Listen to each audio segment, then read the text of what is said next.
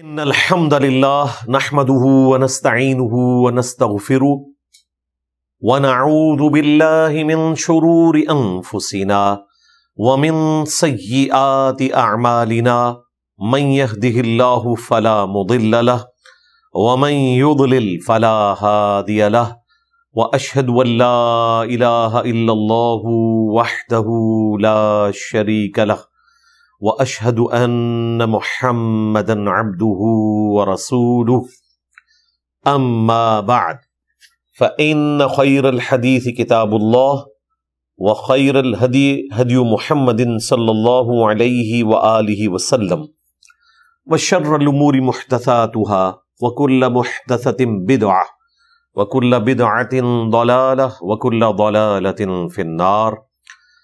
اعوذ باللہ السمیع العلیم من الشیطان الرجیم من ہمزہ ونفخہ ونفثہ بسم اللہ الرحمن الرحیم.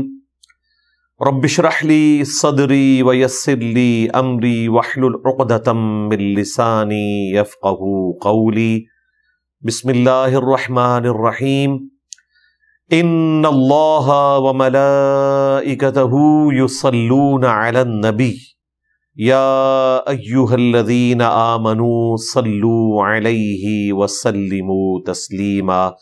اللہم صلی علی محمد وعلی آل محمد کما صلیت علی ابراہیم وعلی آل ابراہیم انک حمید مجید. اللہم بارک علی محمد وعلی آل محمد کما بارکت علی ابراہیم وعلى آل إبراهيم إنك حميد مجيد. ربنا آتنا في الدنيا حسنة وفي الآخرة حسنة وقنا عذاب النار. ربنا آتنا من لدنك رحمة وهيئ لنا من أمرنا رشدا. لا إله إلا أنت سبحانك إني كنت من الظالمين. حسبنا اللہ ونعم الوکیل. یا حی یا قیوم برحمتک استغیث ولا حول ولا قوة الا باللہ العلی العظیم. آمین. الحمدللہ آج انشاءاللہ تعالی ہم سورہ طٰہٰ کی آیت نمبر 60 نمبر سے آنورڈ سٹارٹ کریں گے. پچھلی دفعہ گفتگو کنکلوڈ ہوئی تھی آیت نمبر 59 پہ، جہاں پر سیدنا موسیٰ علی نبینا وعلیہ الصلاۃ والسلام کی طرف سے مشورے کی بنیاد کے اوپر وہاں کا جو ایک تہوار تھا یوم الزینہ کے نام سے، اس کے لیے چیز طے پائی کہ پبلک گیدرنگ کے اندر ہم مجادلہ کریں گے اور اس دن حق کا حق ہونا واضح ہو جائے گا. ظاہر ہے سٹارٹ اس کا فرعون کی طرف سے ہوا، کیونکہ اس نے آپ کو پیغمبر ماننے سے انکار کیا اور گمان کیا کہ یہ جادو ہے، تو ہم اپنے ملک سے باقی جادوگروں کو لائیں گے اور موسیٰ علیہ السلام کے ساتھ مجادلہ کریں گے، اس میں ہم جیت کر اپنا حق ہونا لوگوں کے اوپر واضح کر دیں گے. لیکن انہیں کیا پتا تھا کہ ان کے ساتھ کیا ہونے والا ہے؟ موسیٰ علیہ السلام کو تو پتا تھا کہ اللہ تعالیٰ میری مدد فرمائے گا، تو انہوں نے کہا کہ اگر اس طرح کا کوئی مجادلہ کرنا ہے تو وہ پبلک گیدرنگ میں کسی تہوار کے موقع پر ہو، تاکہ دیکھنے والے لوگ امپریس ہو کر اسلام قبول کریں اگر ان کی قسمت میں لکھا ہے. بنی اسرائیل تو آلریڈی حضرت موسیٰ علیہ السلام کے ساتھ تھی، اگرچہ وہ قبطیوں کے فرعونیوں کے غلام تھے، لیکن ریلیجن ان کا وہی تھا ابراہیمی. کمزوری ایمان کا شکار ہو چکے ہوئے تھے، بزدل ہو چکے ہوئے تھے. موسیٰ علیہ السلام کے ذریعے ان کو ذرا طاقت ملی، اگرچہ وہ تعداد میں 6 لاکھ تھے، لیکن چند ہزار لوگ ان کے اوپر حکومت کر رہے تھے. تو حضرت موسیٰ علیہ السلام نے اس موقع کو غنیمت جانا اور دعوت کا ایک ذریعہ سمجھا. یوم الزینہ طے ہو گیا. اب اس سے بات آگے چل رہی ہے. اعوذ باللہ من الشیطان الرجیم بسم اللہ الرحمن الرحیم. فتولی فرعون، تو فرعون واپس مڑا. فجمع کیدہ ثم اتا، تو اس نے پھر اپنے تمام ان فریبکار لوگوں کو جمع کیا اور پھر واپس آیا. قال لهم موسیٰ، تو فرمایا موسیٰ علیہ السلام نے ان فرعونیوں سے، یعنی وہ جو جادوگر آئے تھے فرعون کی دعوت کے اوپر اور اس کے آفس کے لوگ جو اس کے وزراء تھے، ان سب سے موسیٰ علیہ السلام نے آخری خطاب کیا. دیکھیں یہاں پر بھی آپ کو دعوت نظر آ رہی ہے. موسیٰ علیہ السلام کو تو پتا تھا کہ اللہ تعالیٰ نے وقت کے پیغمبر کو کامیاب کرنا ہے، تو انہوں نے کہا وَيْلَكُمْ لَا تَفْتَرُوا عَلَى اللَّهِ كَذِبًا، کم بختو اللہ تعالیٰ کے اوپر جھوٹ نہ باندھو. فَيُسْحِتَكُمْ بِعَذَابٍ، اگر ایسا کرو گے تو اللہ تعالیٰ عذاب کے ذریعے تمہارا نام و نشان مٹا کے رکھ دے گا. وَقَدْ خَابَ مَنِ افْتَرَىٰ، اور یہ ظاہر ہے اللہ کا قانون ہے کہ جو بھی جھوٹ باندھتا ہے اللہ کے اوپر وہ نامراد ہوتا ہے. کیا جھوٹ باندھ رہے ہیں؟ وہ شرک کر رہے ہیں. سب سے بڑا جھوٹ یہی ہے کہ اللہ کے ساتھ فرعون کو انہوں نے یا فرعون کے جو دیوتا تھے ان کو شریک کیا ہوا تھا. شرک سے بڑا نہ کوئی ظلم ہے نہ کوئی جھوٹ ہے. اور اس کے بعد یہ کہ اللہ کے پیغمبر کا انکار کر رہے ہیں، اس کے مقابلے کے اوپر کھڑے ہو گئے. اب موسیٰ علیہ السلام کے یہ چند ایک جملے تھے، پورے کانفیڈنس کے ساتھ تھے، تو اس کی وجہ سے جو ان کے مخاطبین تھے جادوگر، وہ اپنا کانفیڈنس لوز کر گئے وقتی طور پر. فَتَنَازَعُوا أَمْرَهُمْ بَيْنَهُمْ، تو وہ اس معاملے میں آپس میں جھگڑنے لگے. وَأَسَرُّوا النَّجْوَىٰ، اور ایک دوسرے کے کانوں میں چھپ چھپ کر مشورے کرنے لگے. ظاہر ہے بعض لوگوں نے کہا تھا کہ اگر واقعی یہ اللہ کے پیغمبر نکلے تو ہمارا کیا بنے گا؟ فرعون کے ساتھ تو جو کچھ ہونا ہے وہ تو ہوگا، ہمارے ساتھ کیا بنے گا؟ پھر اپنے آپ کو جھوٹی تسلی دی. فرعون نے بھی ان کو لالچ دی. مختلف جگہوں پر قرآن حکیم میں یہ واقعہ مختلف انداز میں ڈسکس ہوا ہے. ایک جگہ پر یہ بھی آیا کہ ان جادوگروں نے فرعون سے کہا کہ اگر ہم کامیاب ہوئے تو ہمیں کیا ملے گا؟ تو اس نے کہا کہ میں تمہیں اپنے دربار میں خاص جگہ دوں گا، تم میرے سب سے کلوز وزیر بن جاؤ گے اور دولت سے بھی نوازوں گا. اس طرح کی لالچیں دی. تو اس کے بعد الٹیمیٹلی لالچ میں آ کے وہ راضی ہو گئے اور پھر ایک دوسرے کو جھوٹی ڈھارس بنانا شروع ہو گئے. قالو، وہ کہنے لگے ان ہذان لساحران، یہ تو ہے کھلے جادوگر. یریدان ان یخرجاکم من ارضکم، اور ان کا ارادہ یہ ہے کہ تمہیں تمہاری سرزمین سے نکال دیں. بسحرہما، یہ دونوں اپنے جادو کے ذریعے. وَيَذْهَبَا بِطَرِيقَتِكُمُ الْمُثْلَى، اور جو تمہاری تہذیب پوری دنیا میں مشہور ہے، ایک مثالی، اس میں کوئی شک نہیں، یہ تھا دنیا میں دو ہی بڑی پاورز رہی ہیں، ایک فرعونی اور دوسری طرف چائنا کے لوگ. باقی جو بیچ کے لوگ تھے یہ تو بیکورڈ لوگ تھے. تو فرعون کی لیگیسی سینکڑوں سال کی چل رہی تھی اور وہ اپنے آپ کو دنیا میں سب سے سپیریئر مانتے تھے، اور اللہ تعالیٰ نے ان کو نیچرل ریسورسز بھی دیے ہوئے تھے. نیل کی شکل میں اتنا اہم دریا تھا ان کے پاس، زراعت بھی کرتے تھے. اس لیے دیکھیں کہ جب قحط پڑا ہے تو یوسف علیہ السلام کے جو بھائی تھے انہوں نے بھی رخ وہیں کا کیا اناج حاصل کرنے کے لیے. پوری دنیا میں یہ چیز مشہور تھی. فَأَجْمِعُوا كَيْدَكُمْ، پس اپنی تمام چالوں کو اکٹھا کر لو. ثُمَّ أْتُوا صَفًّا، اور پھر اکٹھے ہو کر موسیٰ علیہ السلام کے مقابلے پر آ جاؤ. وَقَدْ أَفْلَحَ الْيَوْمَ مَنِ اسْتَعْلَىٰ، اور کامیاب ہوگا آج وہ گروہ جو اس مقابلے میں جیت گیا، غالب رہا. قالوا یا موسیٰ، اب ایک عقل مندی ان سے ہو گئی اور شاید یہی ان کی ہدایت کا سبب بنی کہ انہوں نے باوجود اتنے تکبر کے، جو فرعون کی لالچ کی وجہ سے ان میں آ گیا تھا، بلکہ دوسری جگہ پہ آتا ہے کہ انہوں نے فرعون کا نام لے کر، اس کا نعرہ لگا کر رسیاں پھینکی جو سانپ نظر آئیں۔ ہمارے استاد صاحب اس کو کہا کرتے تھے، ڈاکٹر اسرار صاحب، فرعون کی جے، یہ الفاظ انہوں نے استعمال کیے، یعنی آج کی لینگویج میں۔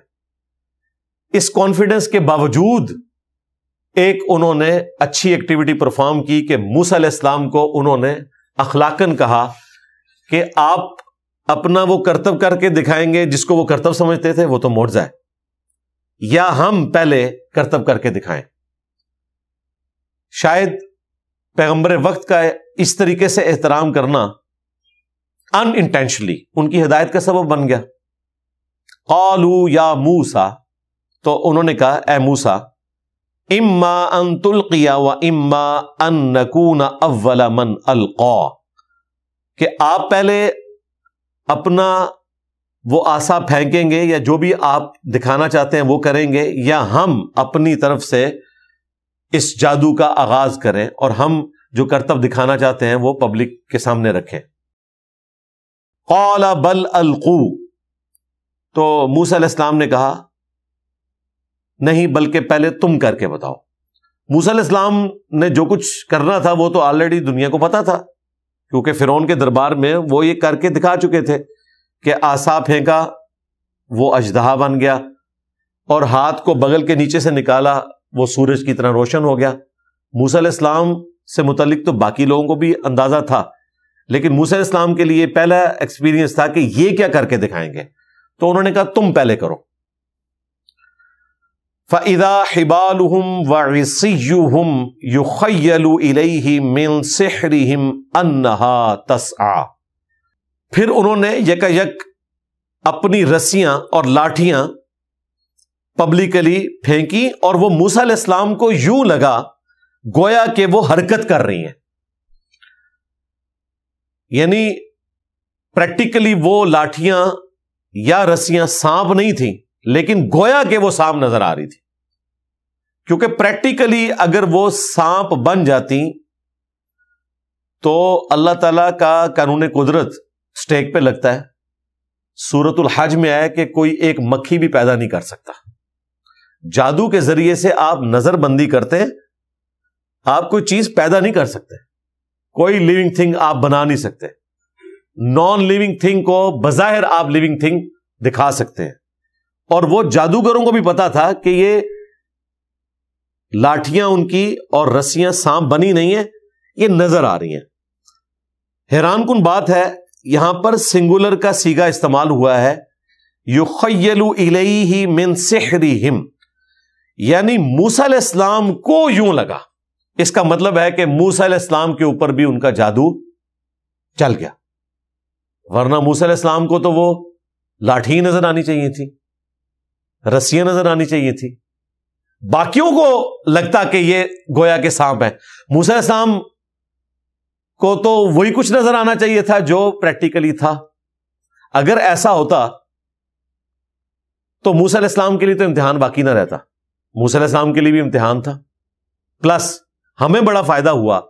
وہ لوگ جو بخاری اور مسلم میں نبی علیہ السلام کے اوپر جادو والی احادیث کا مذاق اڑاتے ہیں اور کہتے ہیں جی پیغمبر کے اوپر کیسے جادو ہو سکتا ہے، ان کی ڈاکٹرن یہاں ٹوٹ جاتی ہے۔ موسیٰ علیہ السلام پیغمبر تھے، ان کے اوپر بھی اس اعتبار سے تو جادو ہوا کہ جو چیز نہیں تھی جادو کے اثر سے ان کو وہ چیز اس طریقے سے نظر آئی۔ لہذا یہ آیت اس بات کا ثبوت ہے کہ جو لوگ بخاری اور مسلم کی جادو والی احادیث کا انکار کرتے ہیں یہ کہہ کے کہ اس میں پیغمبر کی توہین ہے اور پیغمبر اللہ کی حفاظت میں ہوتے ہیں تو ان کے اوپر کیسے جادو ہو سکتا ہے، تو یہاں پہ موسیٰ علیہ السلام بھی تو اللہ کی حفاظت میں تھے، اس آیت کو تو کوئی ضعیف بھی نہیں کر سکتا، یہ قرآن میں لکھی ہوئی ہے اور سنگولر کے صیغے کے ساتھ ہے کہ اس کو ایسے نظر آئیں۔ اگر یہ جمع کا صیغہ ہوتا تو انہوں نے کہنا تھا کہ اس سے مراد وہاں درباری لوگ ہیں یا موسیٰ علیہ السلام کے ساتھیوں کا ذکر ہے، موسیٰ علیہ السلام اس میں شامل نہیں ہے۔ فَأَوْجَسَ فِي نَفْسِهِ خِيفَةً مُوسَىٰ، لیں جی اس پہ اگلی مہر اللہ تعالیٰ نے لگا دی کہ موسیٰ علیہ السلام اپنے دل ہی دل میں خوف کھا گئے. یہ دیکھ کر حیران نہیں ہوئے, خوف کھا گئے. خوف کیا کھا گئے؟ ایک تو اس اعتبار سے خوف کھا گئے کہ یہ انہوں نے کیسے کر کے دکھایا, مجھے تو یقین ہے کہ یہ جھوٹے ہیں. دوسرا, اس بات کا خوف تھا کہ میں نے بھی یہی کچھ کر کے دکھانا ہے, تو مجھ میں اور ان میں کیا فرق رہ جائے گا؟ باقی لوگ کہیں گے کہ تم نے بھی لاٹھی کو سانپ بنا کے دکھایا, جادوگروں نے بھی دکھایا, تو دونوں برابر ہو گئے. تو ظاہر ہے ان کی نبوت سٹیک پہ لگ گئی. اس وجہ سے موسیٰ علیہ السلام خوف کھا گئے دل میں کہ ہم دونوں تو برابر ہو گئے.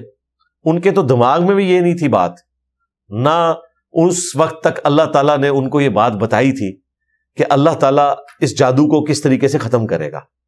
یہ بھی اس بات کا ثبوت ہے کہ پیغمبروں کے پاس علم غیب نہیں ہوتا, غیبی خبریں آتی ہیں, اور جب تک غیبی خبریں نہ آئیں انہیں مستقبل کا پتہ نہیں ہوتا.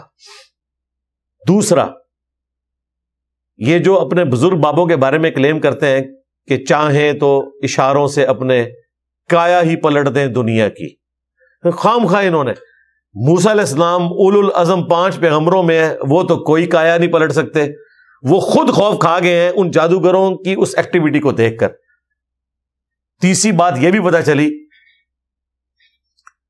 کہ موسیٰ علیہ السلام اگرچہ ان کو اللہ کی سپورٹ تھی اور انہیں پتا تھا کہ میری لاٹھی بھی سانپ بن جائے گی, اس کے باوجود اگلا ایپیسوڈ ان کو نہیں پتا تھا کہ میرا اور ان کا فرق ظاہر کیسے ہوگا, کہ کون سا سچے والا ہے اور کون سا جھوٹے والا ہے.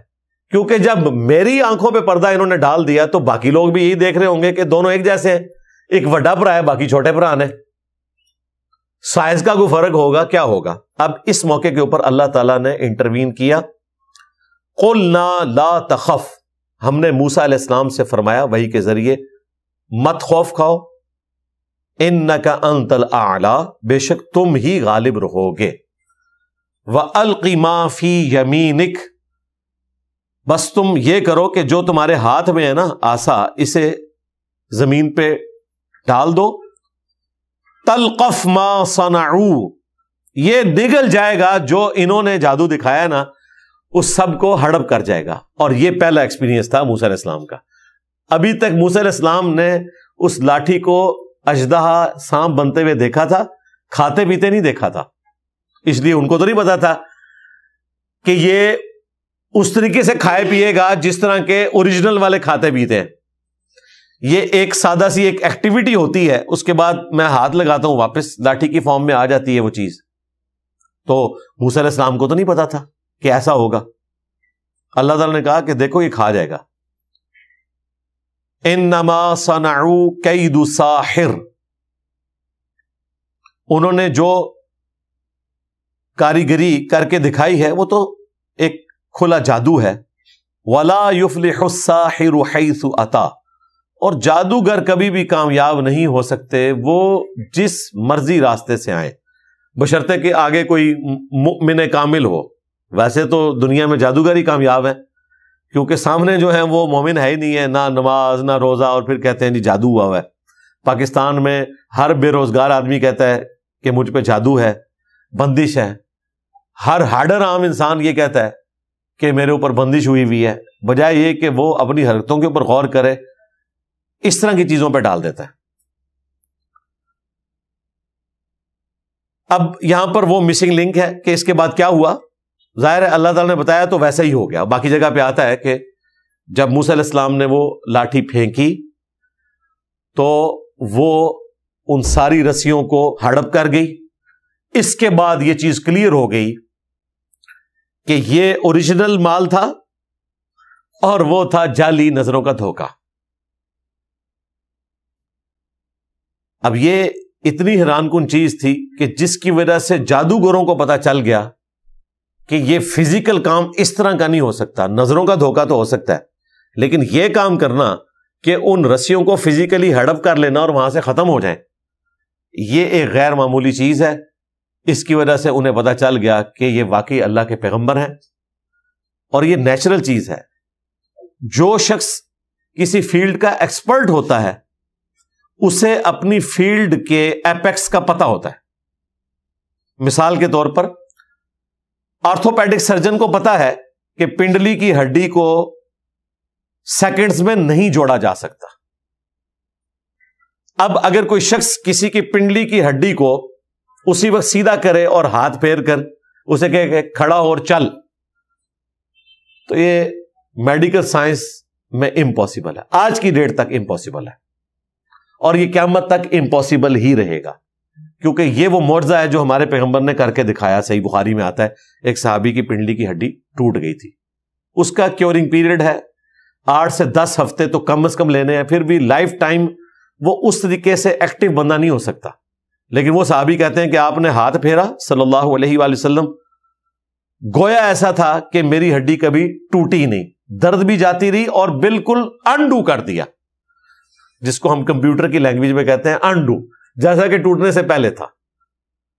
ڈاکٹر اگر آپ کی ہڈی کو سامنے کر کے جوڑتے ہیں تو وہ کیورنگ پیریڈ لیتا ہے، اس کے بعد وہ بانڈ بنتا ہے، اور ویلڈنگ کا جس طرح جوائنٹ آتا ہے نا، اس طرح کا جوائنٹ ہڈی پہ آ جاتا ہے، وہ آپ ایکس رے میں دیکھ سکتے ہیں. لیکن جب پیغمبر اس ہڈی کو جوڑے گا نا اللہ کے اذن سے، تو کوئی جوائنٹ نہیں آئے گا، کوئی لکیر نہیں آئے گی، وہ اس طریقے سے اوریجنل حالت پہ واپس چیز چلی جائے گی. پیغمبر کا کوئی معجزہ ریپروڈیوس کوئی نہیں کر سکتا، ورنہ پیغمبر میں اور کسی سائنٹسٹ میں کوئی فرق نہ رہے. اب موسیٰ علیہ السلام نے جو کچھ کیا تو جادوگروں کو پتا چل گیا کہ بھائی اس سے زیادہ تو کیا ہی نہیں جا سکتا تھا، تو اللہ تعالیٰ نے ان کا سینہ اسلام کے لیے کھول دیا.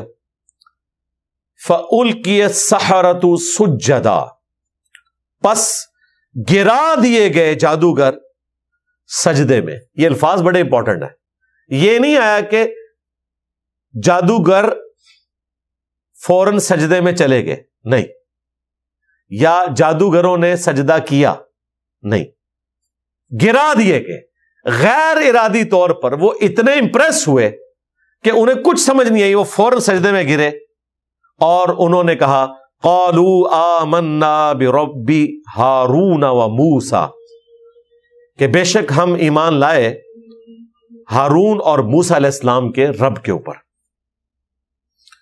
اتنی بڑی ایکٹیویٹی دیکھ کر جس طرح بے اختیار انسان کی زبان سے سبحان اللہ الحمدللہ نکلتا ہے نا، تو وہ بے اختیار جادوگر سجدے میں گر پڑے. تو اللہ تعالیٰ نے کہا گرا دیے گئے، یعنی ایسی ایکٹیویٹی پرفارم ہوئی گویا کہ زبردستی کسی کو گرا دیا جائے.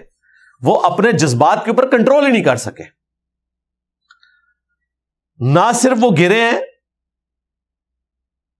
بلکہ ایمان بھی لائے، اور ایمان کے اعلیٰ ترین درجے پہ بھی پہنچ گئے. جو وہاں پر کھڑے ہوئے باقی بنی اسرائیل کے لوگوں کے ایمان کا لیول نہیں تھا، جو ان کو اللہ تعالیٰ نے فوراً دے دیا، کیونکہ حق الیقین پہ پہنچ گئے نا. معجزہ تو سب کے سامنے ہوا تھا. اسی لیے میں کہتا ہوں کہ آج سائنس کی برکت سے جو ہمیں خدا کا تعارف ہوا ہے نا، ہمارے بزرگوں کو اس کا عشر شیر بھی حاصل نہیں تھا. آج ہمیں سائنس نے جو ڈی این اے کی سٹرکچر بتائی ہے، اس یونیورس کی وسعتیں بتائی ہیں، اس یونیورس میں جو ہارمنی بتائی ہے، فائن ٹیوننگز بتائی ہیں، اس کے بعد ہم بھی بے اختیار اللہ کی قدرت جب نیشنل جغرافک کے اوپر ڈسکوری چینل کے اوپر مخلوقات دیکھتے ہیں نا، تو وہ جو ہمیں اس وقت اللہ تعالیٰ کی قدرت کا اندازہ ہوتا ہے، یہ ہمارے بزرگوں کو نہیں حاصل تھا. ان کا ایمان بالغیب تھا. ہمارا تو کئی معاملات میں ایمان بالشہادہ ہو چکا ہے. اور ظاہر میں ان بزرگوں کی بات کر رہا ہوں جنہوں نے پیغمبر کا زمانہ نہیں پایا. جو پیغمبر کا زمانہ پاتے ہیں تو وہ تو معجزات خود دیکھ لیتے ہیں، ان کا لیول تو اس سے بھی اونچا ہوتا ہے. لیکن آج سائنس کی برکت سے اللہ تعالیٰ نے آج کے انسانوں کے لیے کافی حد تک کمپنسیشن اس حوالے سے کر دی ہے. آج ہم سائنس کی برکت سے اللہ تعالیٰ کی قدرتوں کے اوپر جس طریقے سے بے اختیار سبحان اللہ پڑھتے ہیں، یہ جو چاشنی ہے یہ ان لوگوں کو نصیب نہیں تھی جنہیں سائنس کے تھرو اللہ کا تعارف اس طریقے سے نہیں تھا. جادوگروں کے ساتھ بھی یہی ہوا. اس لیے دیکھیں ان کا ایمان کا لیول کیا ہوا، بنی اسرائیل سے بھی اوپر چلا گیا ان کا ایمان. فرعون نے فوراً کہا قال آمنتم لہ قبل ان آذن لکم، فرعون نے کہا کہ تم ایمان لاؤ گے اس سے قبل کہ میں تمہیں اجازت دوں؟ اب تجھ سے کس نے اجازت لینی ہے؟ جس کے اوپر حق واضح ہو چکا ہے وہ پھر کسی سے اجازت نہیں لے گا۔ انہ لکبیرکم الذی علمکم السحر، دیکھیں کیسا اس نے پینترا بدلا۔ جب فرعون کو اندازہ ہوا کہ یہ تو کانفیڈنٹ ہے اپنے ایمان کے اوپر، تو بجائے یہ کہ وہ بھی حق قبول کرتا کہ جن جادوگروں کے اوپر میرا اعتماد تھا کہ یہ مجھے فتح دلائیں گے، وہ تو خود مان گئے کہ یہ جادو نہیں ہے بلکہ موسیٰ علیہ السلام اللہ کے پیغمبر ہیں، تو فرعون کا تو سارا دار و مدار ان جادوگروں کے اوپر تھا۔ فرعون کو تو فوراً ایمان قبول کرنا چاہیے تھا، لیکن ضد اور ہٹ دھرمی اس نے ایمان قبول نہیں کیا، الٹا اس نے دیکھیں کیسے بات بدلی اور کہا انہ لکبیرکم الذی علمکم السحر، بے شک یہ تمہارا ہی بڑا گرو ہے موسیٰ، جس نے تمہیں یہ جادو سکھایا ہے، یعنی یہ نورا کشتی ہو رہی ہے، تمہارا بڑا استاد موسیٰ ہی تھا، یہ جو میں نے جادوگر اکٹھے کیے یہ سارے اسی کے اسٹوڈنٹ تھے، اور یہ جعلی سارے اسٹوڈنٹ تھے، میرے سامنے نورا کشتی کی تاکہ پبلک کو یہ بتائیں کہ موسیٰ علیہ السلام جو ہیں وہ فرعون سے زیادہ طاقتور ہیں، حالانکہ بالکل ایسا نہیں تھا، فرعون کو بھی پتا تھا۔ لیکن جب انسان اپنے آپ کو دھوکہ دینا چاہے تو اس قسم کی باتیں کر سکتا ہے کہ جی یہ سب کچھ جعلی ہے، یہ اپنی طرف سے قرآن و حدیث بیان کرتے ہیں، ہمارے بزرگوں کو قرآن و سنت زیادہ پتا تھا، وہ جھک مارتے رہے۔ آج بھی اسی پیٹرن کے اوپر کام ہو رہا ہے۔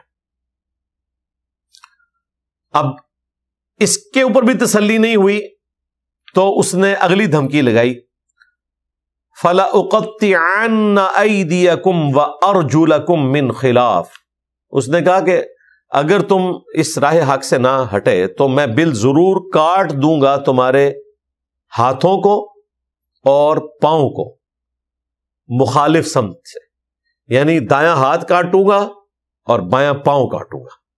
اب اس سے بالکل انسان ظاہر ہے مفلوج ہو جاتا ہے۔ آپ اگر غور کریں نا، چلتے ہوئے دوڑتے ہوئے آپ کا جو دایاں ہاتھ ہے وہ بائیں پاؤں کے ساتھ سنکرونائز ہوتا ہے اور بایاں ہاتھ دائیں پاؤں کے ساتھ، تو وہ مخالف سمت کے ہاتھ پاؤں اس لیے کاٹے جاتے تھے کہ انسان بالکل مفلوج ہو جائے۔ یہ سنکرونائزیشن نہیں ہو سکتی، ورنہ تو یہ بھی ہو سکتا تھا کہ ایک طرف کا ہاتھ اور ایک طرف کا پاؤں کاٹا جائے، لیکن مخالف سمت کا کاٹنے سے انسان پھر چلنے پھرنے میں بھی کانفیڈنس اپنا لوز کر جاتا ہے، کیونکہ یہ سنکرونائزیشن اس طرح ہوتی ہے۔ اور صرف اتنا نہیں کروں گا، وَلَا أُصَلِّبَنَّكُمْ، اور میں ضرور تمہیں سولی دے دوں گا، فی جذوع النخل، کھجور کے تنوں پر۔ یہ قرآن میں پڑھنا سننا آسان ہے، اس کو امیجن کرنا بڑا مشکل ہے۔ کھجور کے تنوں کے اوپر وہ ایک طرح سے سلیب بنا کے، یعنی کھجور کا تنا ہے اس کے اوپر ایک لکڑی یوں رکھ کے، اور اس لکڑی کے ساتھ انسانوں کو یوں باندھ دیا جاتا تھا، اور پھر ہاتھوں میں کیل ٹھوکے جاتے تھے، رسیوں کے ذریعے باندھا جاتا تھا تاکہ وہ اس کھجور کے تنے کے اوپر لٹکے رہیں، اور نچلے والے پاؤں بھی باندھ دیے جاتے تھے۔ اور چونکہ وہ ایک بلندی والا پورشن ہوتا تھا کھجور کے تنے کا، تو پبلکلی اس کو ویٹ بھی کروایا جاتا تھا، لوگ دیکھ لیں کہ یہ انجام ہوتا ہے۔ بلندی پہ ٹانگ دیا، اب کیا کرتے تھے وہ، اس کے بعد یہ پاؤں کی جو مین رگ ہے وہ کاٹ دیا کرتے تھے، ایڑی سے جسٹ اوپر، بیک والی سائڈ کے اوپر مین رگ جو ہے اس کو آپ کاٹ دیں تو تیزی سے خون نکلتا ہے، تھوڑی دیر بعد بلڈ پریشر لاس ہوتا ہے، انسان بے ہوشی طاری ہوتی ہے، اور پھر ختم۔ اور اس کے بعد یہ سٹوری ختم نہیں ہوتی ہے، پھر اس کی موت کے بعد چیل، کوے، گدھے آ کے اس کے جسم کو نوچتے تھے، اینڈ پہ ہڈیاں ہی صرف رہ جاتی تھی اور وہ نیچے گر جاتی تھی۔ یہ سزا پبلکلی اس وقت بادشاہ دیا کرتے تھے، جن کو وہ مجرم سمجھتے تھے، اب جو اس طرح کی سزا دیکھے اور اسے بھی اپنی موت اس طریقے سے نظر آ رہی ہو، اس کے باوجود وہ ایمان پر قائم رہے، تو یہ کوئی چھوٹی بات نہیں ہے، بہت بڑی بات ہے۔ اور کوئی ٹریک ریکارڈ نہیں، کوئی نماز نہیں پڑھی ہوئی انہوں نے، کوئی روزے نہیں رکھے ہوئے، موسیٰ علیہ السلام کی کوئی ایسی صحبت نہیں کی ہوئی، بس ایک لمحے میں بات دل کو کلک کر گئی ہے اور ایمان کا وہ لیول ہے۔ یہ پڑھا لکھا ایمان ہے، جذباتی ایمان نہیں ہے، کیونکہ انہوں نے انٹلیکچولی یہ ڈیسائیڈ کیا کہ اس فن میں ہم اس وقت سب سے اوپر ہیں، ہمیں پتا ہے کہ یہ وہ کچھ نہیں ہے۔ اس لیے میں کہتا ہوں کہ جو ڈاکٹرز ہیں، انجینئرز ہیں، پڑھا لکھا طبقہ ہے، ان کا جو خدا کے اوپر بلیو ہونا چاہیے نا، وہ عام لوگوں سے زیادہ ہونا چاہیے، کیونکہ وہ تو زندگی اور موت کی کشمکش اور فزیکل فینومینا آف نیچر کو اپنی آنکھوں سے آبزرو کرتے ہیں، ان کو اس کی تھیوری بھی کلیئر ہوتی ہے۔ اس لیے دیکھیں نا، سائنٹسٹ کہتے ہیں کہ یہ میتھمیٹکس گاڈ کی ہینڈ رائٹنگ ہے، جو اللہ تعالیٰ نے اتنا پریسائز ہر چیز کو کنٹرول کیا ہوا ہے۔ اور ڈاکٹرز تو میں سمجھتا ہوں اللہ تبارک و تعالیٰ کی قدرت کو اپنی آنکھوں کے سامنے دیکھ رہے ہیں کہ ایک بے قدر پانی کا قطرہ بدلتا ہے گوشت کے لوتھڑے میں، اور پھر وہ لوتھڑا بڑا ہونا شروع ہوتا ہے، اور اس لوتھڑے کے مختلف حصے ڈیسائیڈ کرتے ہیں کہ ہم نے ہاتھ بن جانا ہے، اور ان ہاتھوں میں انگلیاں، پھر ناخن، اور پھر آنکھیں بن جاتی ہیں جس کے اندر شیشہ ہے۔ اس شیشے کا گوشت سے کوئی لینا دینا نہیں ہے، کیسے آنکھیں نمودار ہوتی ہیں۔ اور سب سے بڑھ کر انسان کے اس جسم میں دماغ آ جاتا ہے، سوچنے اور سمجھنے کی صلاحیت ہے۔ یہ اتنی بڑی قدرت ہے جو انسان اپنی آنکھوں سے ہوتے ہوئے دیکھ رہا ہے۔ اس سے بڑا انسان کو خدا کے وجود کا کیا ثبوت چاہیے؟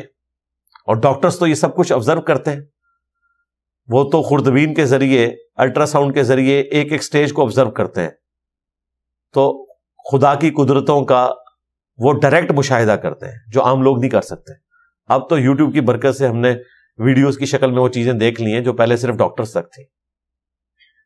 اب تو ایون انڈے کے اندر جس طریقے سے چوزا بننا شروع ہوتا ہے، اس کو بھی کسی حد تک انہوں نے فلما دیا۔ تو جادوگروں کو پتا تھا کہ یہ جادو نہیں ہے جو موسیٰ علیہ السلام نے کر کے دکھایا، کیونکہ وہ اپنی فیلڈ کے ایپیکس کو جانتے تھے۔ اس لیے ان کو اس لیول کا ایمان نصیب ہوا کہ جب فرعون نے مخالف سمت کے ہاتھ پاؤں کاٹنے کی، سولی دینے کی دھمکی دی، اور ساتھ کہا وَلَتَعْلَمُنَّ أَيُّنَا أَشَدُّ عَذَابًا وَأَبْقَىٰ، اور تم ضرور جان لوگے عنقریب کہ ہم میں سے کس کا عذاب شدید ہے اور دیر پا ہے۔ یعنی موسیٰ علیہ السلام جو تمہیں دھمکی دے رہے ہیں نا کہ ایمان نہیں لاؤ گے مجھ پر تو آخرت کے دن کا عذاب آئے گا، تو موسیٰ کا عذاب کا وعدہ تو مرنے کے بعد پورا ہونا ہے نا۔ میں تمہیں اس زندگی میں عذاب دوں گا اور ثابت کروں گا کہ میرا عذاب زیادہ سخت ہے، کیونکہ یہ تو نقد عذاب ہے۔ موسیٰ کا عذاب ہے یا نہیں ہے اس کو چھوڑو، میرا عذاب تو تمہیں سب کے سامنے نظر آئے گا اور تم اس کو ایکسپیرینس کرو گے۔ اتنی دھمکیوں کے بعد بجائے کمپرومائز کرنے کے، حالانکہ کیا جا سکتا تھا، چونکہ وہ انٹلیکچولی قائل ہو چکے تھے، اس لیے انہوں نے دلیری دکھائی۔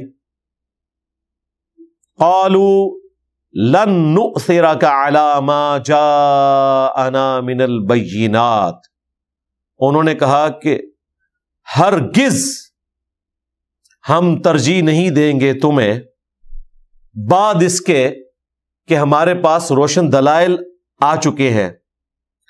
والذی فطرنا، اس ذات جس نے ہمیں پیدا کیا ہے۔ فاقض ما انت قاض، تو جو تو فیصلہ ہمارے لیے کرنا چاہتا ہے وہ کر لے، ہم تو اپنے ایمان کے اوپر قائم ہیں۔ انما تقضی هذه الحیات الدنیا، اور تیری جو تقدیر ہم پر غالب ہوگی جو تکلیف تو ہمیں دے گا، جو فیصلہ کرے گا ہمارے حق میں، وہ زیادہ سے زیادہ اس دنیا کی زندگی کے لیے، یعنی مرنے کے بعد تو تیری کوئی حکومت نہیں ہے نا، تو دے لے جو تکلیف تو نے دینی ہے۔ انا آمنا بربنا، بے شک ہم اپنے رب کے اوپر ایمان لا چکے ہیں، لیغفر لنا خطایانا، تاکہ ہمارا پروردگار ہماری غلطیوں سے درگزر فرمائے، وما اکرہتنا علیہ من السحر، اور جو تو نے ہمیں اس جادو کے اوپر آمادہ کیا زبردستی کہ ہم موسیٰ علیہ السلام کے مقابلے پر کھڑے ہوں، اس کے اوپر بھی ہم اللہ سے معافی مانگتے ہیں۔ یعنی دیکھیں، وہ گناہ جو ان کے لیے ہدایت کا سبب بنا، وہ کہہ رہے ہیں کہ یہ جو ہم نے تازہ تازہ ابھی گناہ کیا، اس پہ بھی اللہ سے معافی مانگتے ہیں۔ واللہ خیر وابقا، اور اللہ تعالیٰ ہی سب سے بہتر ہے اور ہمیشہ رہنے والا ہے۔ باقی جگہ پر آتا ہے کہ پھر انہوں نے اللہ کے حضور دعا بھی کی کہ اے اللہ ہمیں صبر کی دولت عطا فرما اس پوری ایکٹیویٹی میں۔ باقی تفصیلات کوئی نہیں آئیں کہ یہ کچھ ان کے ساتھ ہوا بھی یا نہیں، لیکن اسلوب یہی بتاتا ہے کہ ان کے ساتھ یہ کچھ ہوا اور باقی لوگوں کے لیے ہدایت کا سبب بنا، ان کے ایمان کی سلامتی کا سبب بنا، کیونکہ اگر اللہ تعالیٰ نے ان کو وہاں بچانا ہوتا تو اسی وقت فرعونیوں کے اوپر عذاب آتا۔ عذاب اس وقت نہیں آیا، وہ بعد میں آیا۔ اِنَّهُ مَن يَأْتِ رَبَّهُ مُجْرِمًا، بے شک جو اپنے رب کے حضور مجرم کی حیثیت سے حاضر ہوگا، فَإِنَّ لَهُ جَهَنَّمَ، تو اس کا پھر ٹھکانہ جہنم ہوگا۔ اب یہ جو الفاظ ہیں نا، عین ممکن ہے کہ یہ الفاظ ان جادوگروں کے ہوں جو ایمان لے آئے تھے، یا پھر یہ اللہ تعالیٰ کی طرف سے ایڈیشن ہے لوگوں کی ہدایت کے لیے، ورنہ فوراً ہی یہ سارا کچھ قرآن و سنت کا علم آ جانا کسی کے پاس بڑی حیران کن چیز ہے۔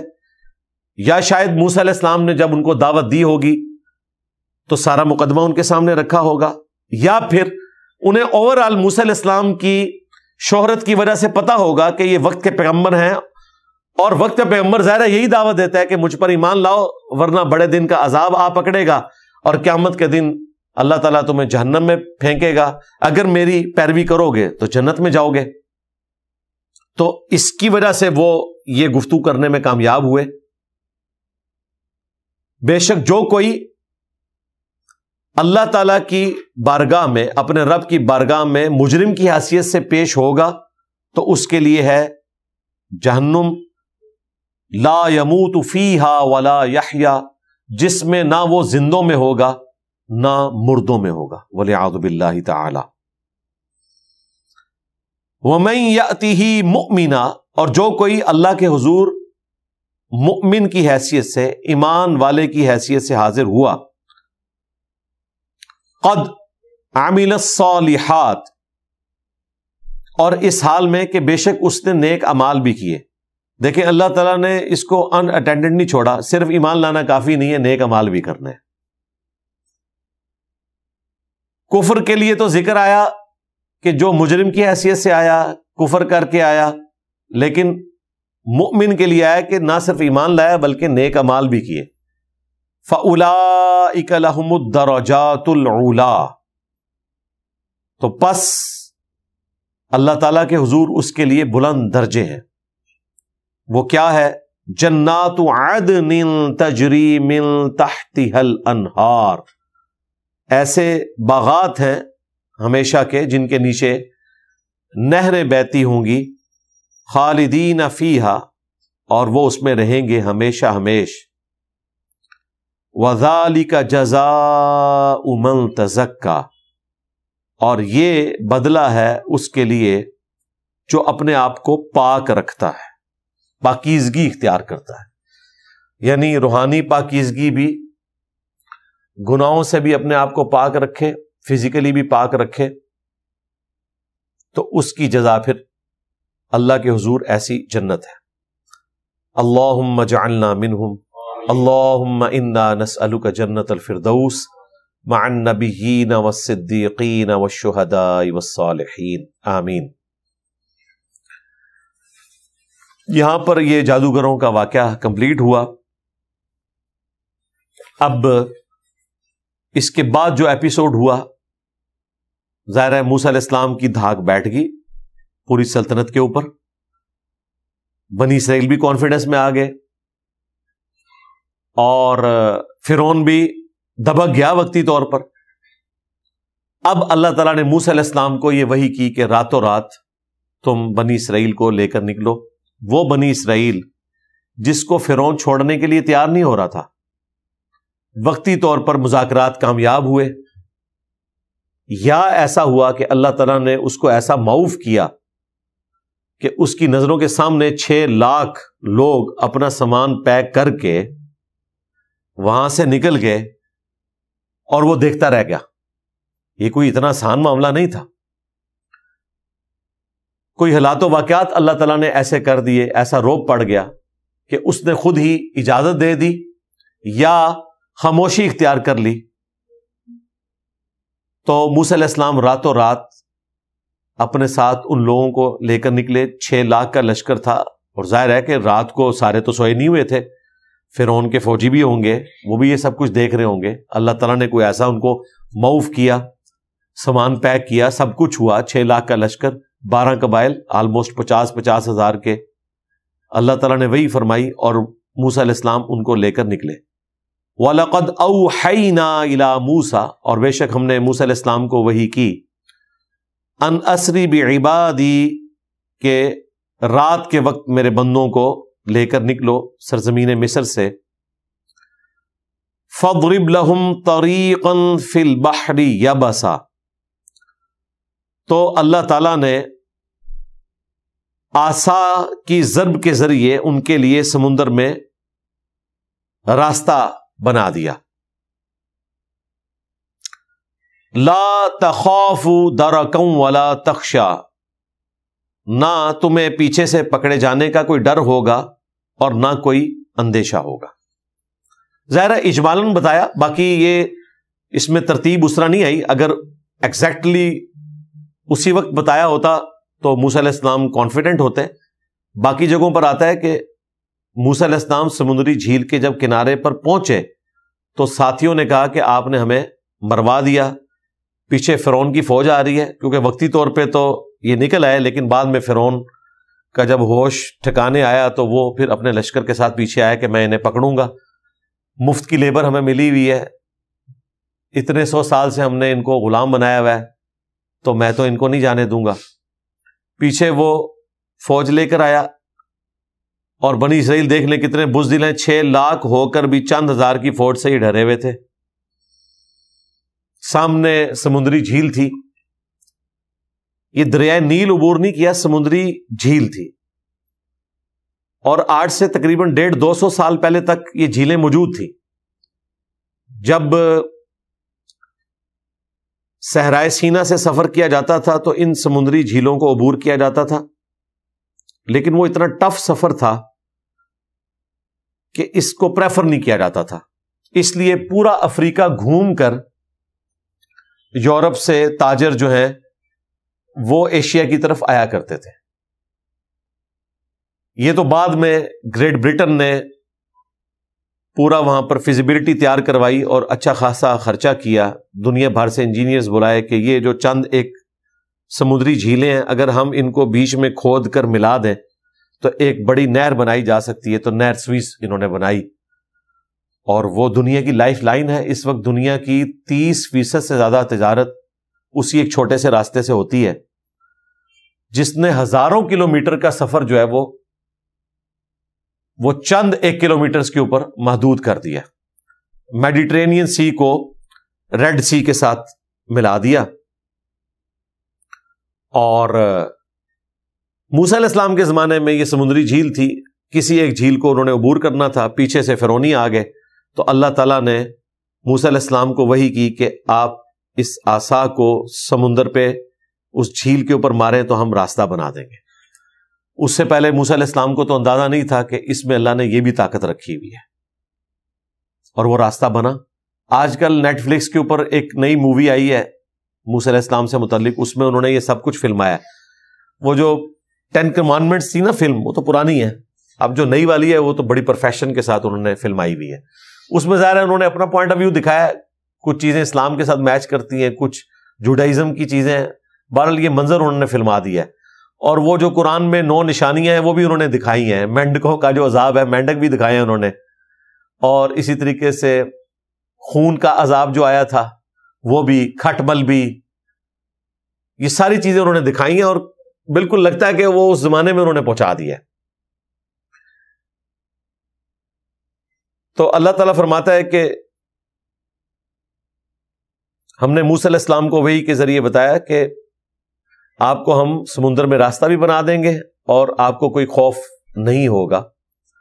فَأَتْبَعَهُمْ فِرْعَوْنُ بِجُنُودِهِ، تو فرعون نے اپنے لشکر کے ساتھ پیچھا کیا ان کا. فَغَشِيَهُمْ مِنَ الْيَمِّ مَا غَشِيَهُمْ، پس چھا گئیں فرعونیوں پر سمندر کی موجیں جیسا کہ وہ چھائی تھی. یہاں پر وہ تفصیل نہیں آئی، باقی جگہوں پر آیا کہ جب موسیٰ علیہ السلام نے وہ عصا مارا، سورہ ہود میں آیا کہ سمندر میں راستہ بن گیا اور وہاں سے جو پانی ہٹا تھا وہ دونوں طرف اونچے پہاڑوں کی مانند کھڑا ہو گیا. ظاہر ہے وہ پانی بھی تو غائب ہونا تھا نا، تو راستہ بننے کی وجہ سے وہ پانی جو ہے وہ بڑی سی موج کی شکل میں ایک پہاڑ اس طرف بن گیا، ایک اس طرف، اور بالکل زمین نمودار ہو گئی. ویسے ہی بڑا ہیبت ناک منظر ہوگا جب لوگ گزر رہے ہیں، آپ کو جناب سینکڑوں فٹ اونچا سمندر نظر آ رہا ہو، تو یہ ایک پیغمبر کا ہی کانفیڈنس ہو سکتا ہے اور اسی کے اوپر آپ تکیہ کر کے سمندر میں جا سکتے ہیں. یہ سب کچھ انہوں نے اپنی آنکھوں سے دیکھا، لیکن دیکھیں بعد میں اسی پیغمبر کے ساتھ بے وفائی کی ہے. جھیل کراس کی ہے، سرائے سینا میں جا کے اللہ تعالیٰ نے وحی کی کہ اب سرزمین شام جا کے آپ نے فتح کرنی ہے جہاد اور قتال کے ذریعے. انہوں نے کہا موسیٰ جائے اور اس کا رب جائے، ہم تو یہیں پہ بیٹھے ہوئے. تو اللہ تعالیٰ نے پھر ان کو سزا دی، 40 سال کے لیے پھر وہ سرائے سینا میں بھٹکتے رہے. اسی دوران موسیٰ علیہ السلام بھی فوت ہو گئے، ان کی قبر بھی اسی سرائے سینا میں بنی، جو صحیح مسلم میں آتا ہے کہ میں نے شب معراج سرخ ٹیلے کے پاس موسیٰ علیہ السلام کو ان کی قبر میں نماز پڑھتے ہوئے دیکھا ہے. وہ گمنامی کی جگہ پہ قبر ہے، بہرحال وہ اسی صحرا میں موجود ہے. دیکھ لیں اللہ تعالیٰ جب عذاب کا فیصلہ کرتا ہے پھر پیغمبر کی دعا بھی کام نہیں آتی. موسیٰ علیہ السلام نے ان کے لیے بد دعا کی، اس وقت تو کر دی، ظاہر ہے بعد میں موسیٰ علیہ السلام کا بھی دل پسیجا ہوگا کہ یہ کیا ہو گیا ان کے ساتھ. لیکن پھر اللہ تعالیٰ نے کہا کہ اب ان کے لیے فیصلہ ہو چکا ہے، یہ 40 سال تک بھٹکتے پھریں گے، ان کو راستہ نہیں ملے گا. 40 سال تک وہ اس صحرا میں بھٹکتے رہے کہ جو 40 دنوں کا بھی سفر نہیں تھا، ان کو راستہ نہیں ملتا تھا. پھر ان 40 سالوں میں جو نئی ینگ جنریشن وہاں پر پیدا ہوئی، جوان ہوئی، روٹی پانی اللہ نے بند نہیں کیا، وہ ان کا اسی طریقے سے من و سلوہ جاری رہا سرائے سینا میں. ظاہرہ زندہ بھی تو رکھنا تھا، لیکن سزا بھی پیرلل میں تھی. انہوں نے پھر وقت کے پیغمبر سموئیل پیغمبر سے کہا آپ ہمارے لیے کوئی بادشاہ مقرر کریں، ہم تیار ہیں آپ جنگ کرنے کے لیے.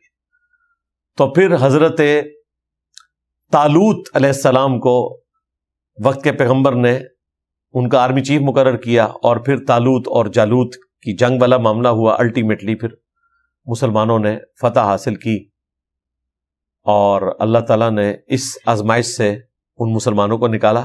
لیکن 40 سال تک آزمائش رہی.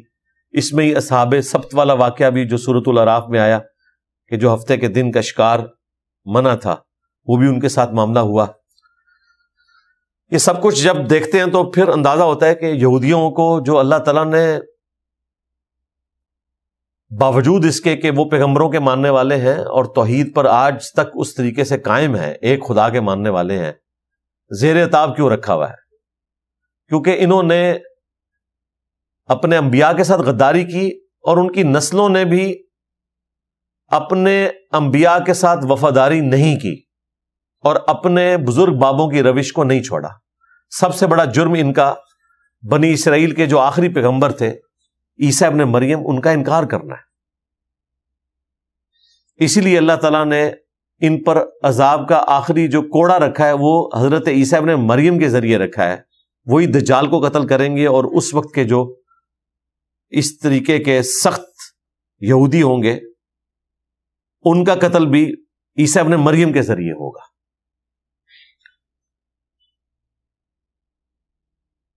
راستہ بنا سمندر میں، موسیٰ علیہ السلام اپنے ساتھیوں کو لے کر آگے چلے گئے، اور دیکھیں فرعون کی کیسی مت ماری گئی۔ یہ بھی ایک معجزہ تھا کہ وہ ایمان لا سکتا تھا، نہیں لایا۔ اس سے بڑی بیوقوفی کہ وہ اس راستے پہ چل پڑا۔ آج ہمارا ایک چھوٹا سا بچہ بھی ہونا، وہ بھی کہے گا کہ بھئی جس بندے نے یہ راستہ بنایا ہے اس راستے پہ چلو گے، وہ تو نکل گیا دوسری طرف سے، وہ اس راستے کو ختم بھی کر سکتا ہے، تو موت کے منہ میں نہ جاؤ۔ لیکن چونکہ اس کی تباہی مقدر ہو چکی تھی، ایسا دماغ اس کا معاف ہوا، کامن سینس سے بھی وہ کام لیتا نا تو یہ حرکت نہ کرتا کہ وہ اس سمندری راستے میں اپنے گھوڑے ڈال دیتا۔ اس نے بھی ڈال دیے۔ اب بنی اسرائیل تو دوسری طرف سے پار ہو چکی تھی۔ جب یہ عین سینٹر میں پہنچے، اللہ تعالیٰ نے وہ سمندر کی موجیں ملا دی۔ وہ دریا بھی ہوتا تو ان کا کچھ نہیں بچنا تھا، سمندر تو اتنا گہرا ہوتا ہے، وہ سارے کے سارے ہلاک کر دیے گئے۔ سورہ ہود میں آیا کہ ڈوبتے ہوئے فرعون نے کہا کہ میں ایمان لایا بنی اسرائیل کے رب پر، ہارون اور موسیٰ کے رب کے اوپر، لیکن اللہ تعالیٰ نے فرمایا آن اب ایمان لے کر آیا، اب کوئی فائدہ نہیں ہے، کیونکہ موت کا غرغرہ آ چکا تھا۔ اللہ تعالیٰ نے اس کو تباہ و برباد کیا، لیکن ساتھ فرمایا کہ آج تیری لاش کو ہم سلامت رکھیں گے، آنے والے لوگوں کے لیے عبرت بنائیں گے۔ اور وہ لاش باہر پھینک دی سمندر نے۔ وہ تو پچھلی صدی میں ہمیں پتا چلا، جب فرینچ سرجن کی ڈیوٹی لگی اور اس نے جا کر وہ اس لاش کے اوپر تحقیق کی تو پتا چلا یہ وہ والا فرعون ہے۔ مورس بکائل وہ مسلمان بھی ہوئے، انہوں نے کتاب بھی لکھی، فرینچ سرجن تھے، ان کی کتاب جو ہے اردو ترجمے کے ساتھ بھی اویلیبل ہے۔ قرآن، بائبل اینڈ سائنس، اس طرح کر کے اس کا نام ہے۔ اور اس کتاب کی وجہ سے کافی لوگوں نے اسلام قبول کیا۔ تو یہ قرآن کا معجزہ تو اس وقت ظاہر ہوا ہے، 1200-1300 سال مسلمانوں نے یہ منظر نہیں دیکھا۔ نبی الاسلام کے زمانے سے لے کر فرعون کی لاش، اس کی ممی جو میوزیم میں موجود تھی، وہ تحقیق تو بعد میں ہوئی ہے تو پتا چلا کہ یہ اس کی لاش ہے جو عبرت کے طور پر اللہ تعالیٰ نے باقی رکھی۔ بہرحال جب اس نے اناؤنسمنٹ کی کہ میں ایمان لایا تو اللہ تعالیٰ نے اس کی یہ خواہش پوری نہیں کی، اسے تباہ کر دیا، اور نہ اس کا ایمان لانا اس کو فائدہ دیا۔ جامعہ ترمذی میں حدیث ہے کہ موت کے غرغرے سے پہلے پہلے ایمان قبول ہے۔ یہ تباہ ہو گیا۔ اللہ تعالیٰ فرماتا ہے کہ وہ موجیں چھا گئی جیسا کہ وہ چھا گئی تھیں۔ وَأَضَلَّ فِرْعَوْنُ قَوْمَهُ وَمَا هَدَىٰ، اور فرعون نے اپنی قوم کو گمراہ کیا اور انہیں کوئی سیدھا راستہ نہیں دکھایا۔ یعنی ہم تو ڈوبے ہیں صنم، تمہیں بھی لے ڈوبیں گے۔ فرعون اکیلا تو نہیں ڈوبا، پوری فوج اس کی ڈوب گئی، خود بھی گمراہ ہوا اور جان سے ہاتھ دھو بیٹھا، اور آخرت کا عذاب ابھی باقی ہے، اور اپنے ساتھ والوں کو بھی اس نے تباہ و برباد کر دیا۔ ایک دوسری جگہ پہ آتا ہے، اللہ تعالیٰ نے فرمایا کہ فرعون نے اپنے ساتھیوں کی مت مار دی، خود بھی برباد ہوا، ان کو بھی برباد کیا۔ سورہ غافر، سورۃ المؤمن میں آتا ہے کہ فرعونی صبح و شام آگ پر پیش کیے جاتے ہیں، اور پھر جب قیامت کا دن آئے گا تو بڑے عذاب کی طرف انہیں بلایا جائے گا۔ دیکھیں ایک لیڈر کس طریقے سے مت مار دیتا ہے اپنے ماننے والوں کی، جھوٹے وعدے کرتا ہے اور ایسا دھوکہ دیتا ہے، ایسا دجل اور فریب کرتا ہے کہ لوگوں کو سمجھ نہیں آتی۔ یہ نہیں سوچتے کہ اگر یہ شخص جھوٹا نکلا، فراڈیا نکلا تو ہمارا کیا بنے گا۔ لوگ اندھے بن کے اس کے پیچھے لگتے ہیں۔ آپ دیکھیں دجال آئے گا، وہ بھی ایک لیڈر ہوگا نا۔ تاریخ میں کتنے اس طرح کے لیڈر آئے ہیں جنہوں نے مت ماری ہے۔ اٹلی میں موسولینی آیا، مت مار دی، ایسی مت ماری کہ ہمارے ڈاکٹر اقبال صاحب بھی اس سے متاثر ہو گئے، انہوں نے پوری نظم لکھ دی موسولینی کی شان میں کہ میں اٹلی میں گیا ہوں، بلکہ وہ موسولینی کو مل کے آئے کہ نوجوانوں میں نے جو جذبہ دیکھا ہے وہ جذبہ یہ تھا کہ اینڈ پہ اسی جگہ پہ موسولینی کو انہوں نے موت کے گھاٹ اتارا، اور وہ اس کی جو فاشسٹ حکومت تھی ختم کی، اور پھر ہٹلر کی شکل میں جو مصیبت ہم پہ نازل ہوئی 20ویں صدی کے اندر، اور یہ لیگیسی آج تک اس طریقے سے چل رہی ہے، لیڈروں کے پیچھے لوگوں کی مت ماری جاتی ہے، دنیا بھی برباد کرتے ہیں، آخرت بھی۔ اسی لیے میں اپنے اسٹوڈنٹس کو ہمیشہ یہ تلقین کرتا ہوں کہ کسی ایسے لیڈر کے پیچھے نہ چلیں جو آپ کی آخرت کے ساتھ کھیل رہا ہے۔ دنیا آپ کی کوئی برباد کرتا ہے، ٹھیک ہے، آپ کی قسمت میں بربادی لکھی ہے، آپ ضرور کریں، لیکن آخرت کے بارے میں کوئی کمپرومائز نہ کریں۔ یہ نہ ہو کہ آپ کسی پولیٹیکل لیڈر کی محبت میں اپنی آخرت بھی داؤ پہ لگا دیں۔ ابھی تو کہتے ہیں مر جائیں گے، آخرت میں اگر آپ کو چین نہ ملا تو پھر کدھر جائیں گے بھائی؟ یہ نہ ہو کہ آپ اندھے بن کے کسی لیڈر کے پیچھے چلیں، وہ آپ کی دنیا بھی برباد کرے جھوٹے وعدے دے کر، اور آخرت بھی لے ڈوبے کہ آپ اس کو پیغمبر کا درجہ دے دیں۔ تو پاکستان بھی کچھ عرصے سے اس آزمائش سے گزر رہا ہے، اللہ تعالیٰ پاکستانیوں کو اس آزمائش سے نکالے۔ اشارتاً گفتگو کرتا ہوں تاکہ اگر کسی کے لیے ہدایت کا دروازہ کھلنا ہے تو کھل جائے، کیونکہ اگر ہم بالکل بائی نیم مینشن کرتے ہیں پھر لوگوں کی ایگو جاگ اٹھتی ہے۔ ہم پیار محبت سے سمجھاتے رہتے ہیں کہ اللہ کے بندو، پیغمبر اللہ کا وہ ہستی ہوتی ہے کہ جس کے پیچھے آنکھیں بند کر کے چلا جا سکتا ہے، اور کوئی ہستی ایسی نہیں ہے، نہ کوئی مذہبی پیشوا، نہ کوئی پولیٹیکل لیڈر کہ آپ آنکھیں بند کر کے اس کے پیچھے چلیں اور اپنی دنیا بھی برباد کریں اور آخرت بھی برباد کریں۔ پیغمبر جس کو وحی کی تائید حاصل ہوتی ہے، اس کے بارے میں بھی سورہ یوسف میں آیا کہ اے نبی تم فرماؤ میں اور میرے ساتھی پوری بصیرت کے ساتھ اس دین کے اوپر ہیں۔ ہم پیغمبر کے بھی مقلد نہیں ہیں۔ اگر اس کائنات میں کوئی ہستی اس چیز کی حقدار ہے نا کہ آپ اس کے مقلد ہوں، مقلد کہتے ہیں بغیر دلیل کے بات ماننا، آنکھیں بند کر کے پیچھے چلنا، وہ پیغمبر ہوتا ہے۔ اس کے لیے بھی دیکھیں قرآن میں مقلد کا لفظ نہیں آیا، تقلید کا لفظ نہیں آیا، اتباع کا لفظ آیا، علی وجہ بصیرت، پورے دلائل کے ذریعے۔ ہاں، دلائل کے ذریعے جب آپ قائل ہو جائیں، اس کے بعد پیغمبر جو کچھ کہے وہ آپ نے ماننا ہے، کیونکہ اسے پیغمبر مان لیا نا، تو باقی اس کے وعدے وہ تو چھوٹی چیز رہ گئی۔ جب آپ نے اس کو اللہ کا نمائندہ مان لیا علی وجہ بصیرت، تو اب وہ جو بھی حکم دے آپ نے اس کی پیروی کرنی ہے۔ اللہ تعالیٰ سے دعا ہے جو حق بات ہم نے کہی اللہ تعالیٰ ہمارے دلوں میں راسخ فرمائے، اور اگر کوئی غلط بات نکل گئی تو اللہ تعالیٰ ہمیں معاف کر دے، اور ہمیں معاف کرنے کے بعد ہمارے دلوں سے اس کے اثرات بھی محو کر دے، دھو ڈالے۔ کتاب و سنت کی تعلیمات پر عمل کر کے دوسرے بھائیوں تک پہنچانے کی توفیق عطا فرمائے۔ سبحانک اللہم و بحمدک، اشہد ان لا الہ الا انت، استغفرک و اتوب الیک، وما علینا الا البلاغ المبین۔ جزاکم اللہ خیرا۔